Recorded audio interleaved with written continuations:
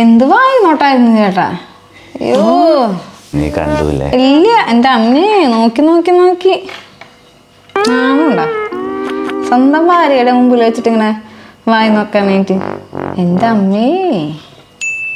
ഒരു കാര്യം പറയട്ടെ, ഇപ്പൊ ഈ ചോറും പാത്രം എടുത്തുന്നോ, മനസ്സിലായ? ഈ ചോറാണ് നീ,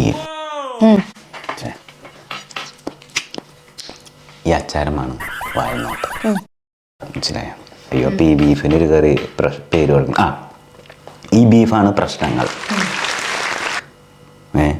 ഭാര്യ പ്രശ്നം, വായി നോട്ടം. വലിയ തെറ്റൊന്നുമില്ല. നിനക്ക് വായി നോക്കാം.